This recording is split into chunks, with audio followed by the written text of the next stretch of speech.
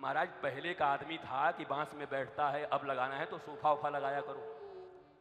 अब भूतऊ बैठेगा बांस में, बताइए 21वीं सदी में भूत बांस में बैठेगा? बढ़िया सोफा लगाओ, 7 पैर बनाओ सोफे के, टूटे तो समझो। रात में तो हमारा एक टूट गया।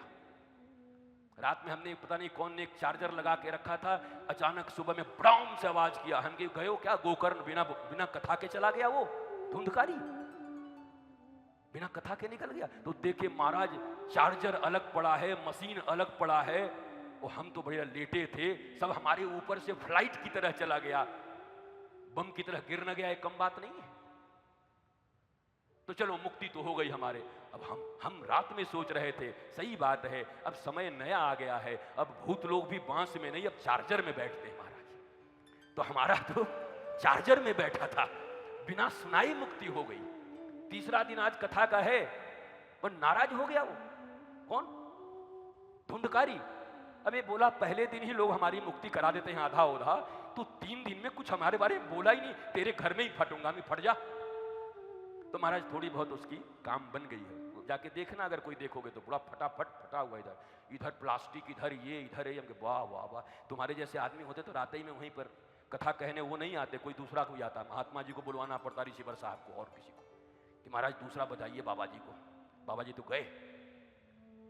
तो ये है धुंधकारी की कथा, भागवत की कथा हुई, सुनने के बाद उनकी मुक्ति हुई। यहां यह भी कहा गया कि ऐसे दुष्टों का 100 बार गया के श्राद्ध करने से भी मुक्ति नहीं होती, ऐसे दुर्जनों का।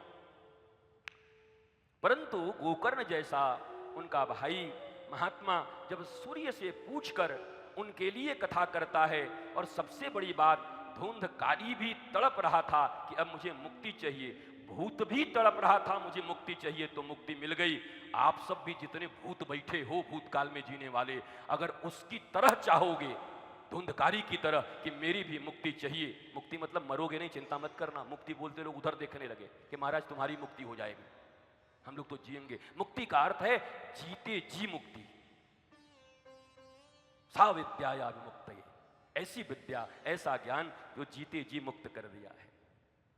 कोई भला कहे चाहे, कोई ताली जे चाहे, कोई चुगली करे चाहे गुगली, यही तो मुक्ति है ना। तो ये मुक्ति जरूरत है, जीते जी, मरने मराने के बाद जो होगा देखेंगे, हो ही जाएगा महाराज, चिंता क्यों करते। जीते जी मुक्ति पाओ।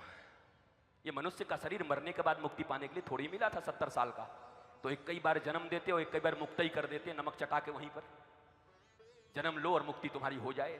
70 साल आनंदित जीवन के लिए है, धर्मयुक्त जीवन के लिए है, धर्म से प्रकाशित जीवन जीना है हमें।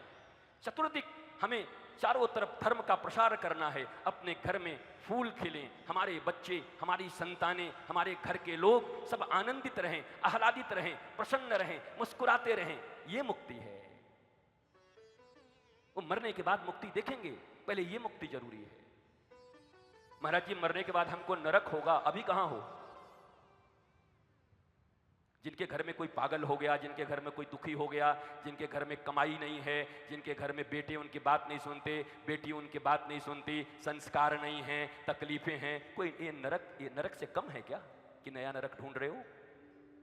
कि महाराज जी मरने के बाद नरक होगा। हे भगवान, जीते जी नरक में पड़े हुए हो, मरने के बाद जाओगे। नरक वाले भी यमराज कह रहे हैं कि अब कलयुग वाले को हम नरक नहीं देंगे। क्यों? कहा महाराज इतना भोग ले रहे हैं, यहीं पर हम क्या दें, इतना ज्यादा कोई भोगता होगा, ये तो जीते जी भोग रहे हैं, मरने के बाद नरक की कोई गुंजाइश नहीं बेटा, यहीं भोगो।